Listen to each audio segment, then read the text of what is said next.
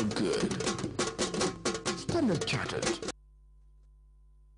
Welcome back. The United Nations Secretary General Ban Ki-moon has denounced the Syrian regime in his words, the indiscriminate shelling of entire neighborhoods in its ongoing crackdown on protesters in and around the capital, Damascus.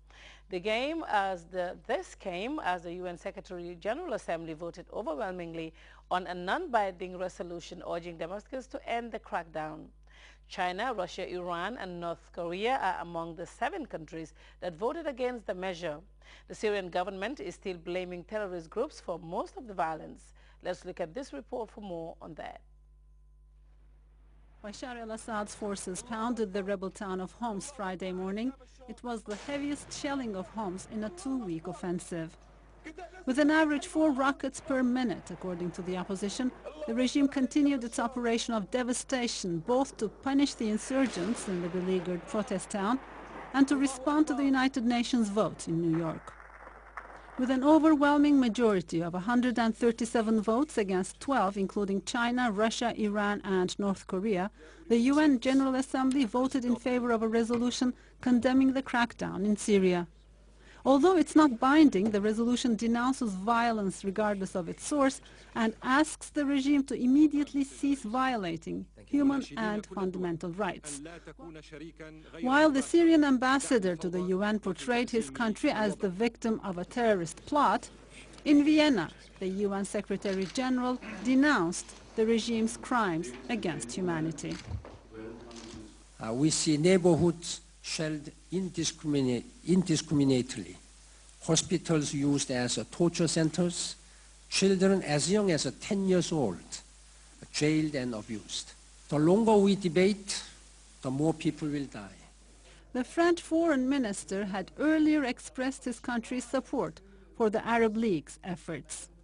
We want to continue working with the Arab League to put its plan into place and ensure political transition. In other words, power should be transferred to the Syrian vice president to constitute a government of national unity and to prepare free elections. Alain Juppé had also qualified as a farce the proposal made by Bashar al-Assad to hold a referendum on the new constitution on February 26, while he continued killing his own people. A Tuareg rebel leader based in France has denied claims that his group is linked to jihadist and terrorist groups operating in the Sahara. Hama Agsid Ahmed, a spokesman for the Azawad rebel movement, claims that his movement controls most of the contested areas near the Mali-Libya border and has captured over a dozen Malian government soldiers. As the insurrection in the north of Mali triggers a humanitarian crisis, an exiled rebel leader speaks out. From Paris, Hamasid Ahmed denies his organization, the ANLM, has links with extreme Islamists. The spokesman admits members of the group Al-Qaeda in the Islamic Maghreb are fighting alongside his men. The rebels also include numerous ex-Gaddafi fighters who fled Libya. We recruited them. They are part of our movement. It's not the case that they are terrorists or jihadists. We know the terrorists and their chiefs. We know where they are and what they are doing on a daily basis. In fact, they have been coexisting peacefully within a few kilometers and with no problems. Hamasid Ahmed shows areas on the map where fierce fighting is in progress. According to his movement, the rebel fighters have scored some successes against the government side. Both claim to have won victories in the clashes in the remote desert region. We took 8 soldiers prisoner, and they are still being held by us. At Menaka, we also captured 13 prisoners, and they remain under our control. News of the fighting in the arid north is slow to reach the Malian capital, Bamako. When it does, a family has learnt of the death of a young army officer. The fallen soldier's brother expresses his outrage. They are Malians like us. We need to combat those who deny it. This rebellion has to be resolved once and for all.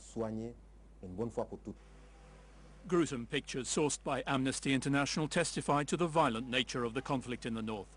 Both government soldiers and rebel fighters are among the several dozen dead reported. Thousands of civilians have fled the area. Amnesty describes the situation as a humanitarian catastrophe. There seemed to be no let-up in the violence that has recently plagued Nigeria. The Islamist sector Boko Haram has launched a daring attack on a prison that led to the freeing of 119 inmates. And in South Africa, one protester was killed after police clashed with miners at the Impala Platinum Mine in South Africa, where over 17,000 miners were sacked following an illegal strike. We have more on these and other stories in this roundup. Islamist gunmen bombed their way into a prison in central Nigeria before opening fire on wardens and emptying the jail of 119 inmates. One prison warden was killed when a shootout erupted at the Cotton Caraf prison. The raid was claimed by a purported spokesman of the Boko Haram sect, which has been wreaking deadly havoc on Nigeria. The sect has been blamed for a wave of increasingly bloody gun and bomb attacks in several parts of the country in recent months. One person was killed in clashes at the Impala Platinum Mine in South Africa, which has been paralyzed by an illegal strike that led to over 17,000 workers being fired.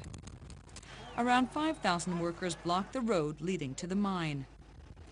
Impala is the world's #2 platinum producer. It agreed on Sunday to rehire the workers it fired for staging the strike after a court declared the labor action illegal.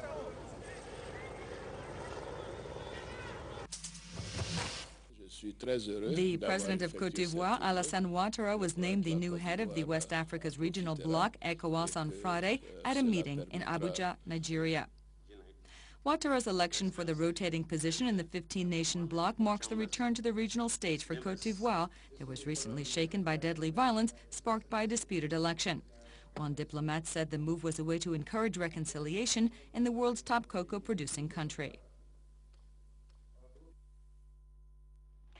The ministry, over now to some sports, the Ministry of Youth and Sports Wednesday formalized the signing of Peter Bonu Johnson as head coach of the senior national team.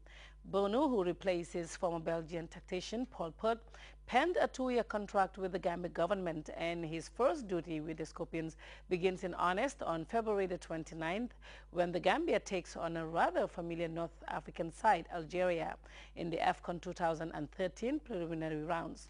Dabuso reports. Coach Peter Bonu Johnson officially put pen to paper to herald the beginning of his tenure as national team coach. The former national under-20 coach succeeds the Belgian coach Paul Put, whose more than 3 years stint as Scorpions coach came to an abrupt end weeks after the team's dismal showing in Nations Cup qualifiers.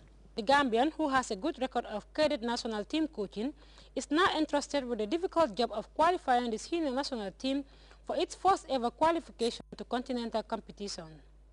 Bonu has, since his appointment as the national team coach, begun work with a team comprising of home-based players from the country's top teams. To qualify this team to its first Nations Cup will mean Peter Bonu Johnson will have surpassed the performances of the 2010 batch that nearly made it to the second round of qualifiers in a very tough group.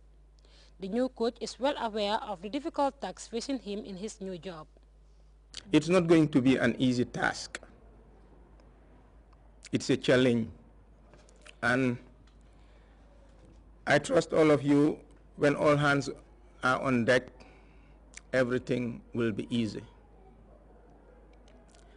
I am not a master's holder, neither a PhD holder, nor a renowned educationist. I am sincere.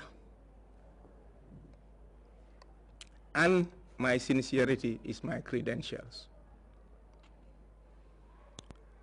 I would do my level best to make sure the objectives that are expected from me will be achieved by the grace of God. Bonu is not a new face to the Gambia Football Association, for he has previously worked as under-17 head coach and assistant team coach in the Peace Tournament and CAF under-17 winning squad in 2005, and African under-20 bronze medalist in 2007. Bonu have achieved lots in his career, because somebody who was a player and become a coach for under-17, under-20, now the senior team.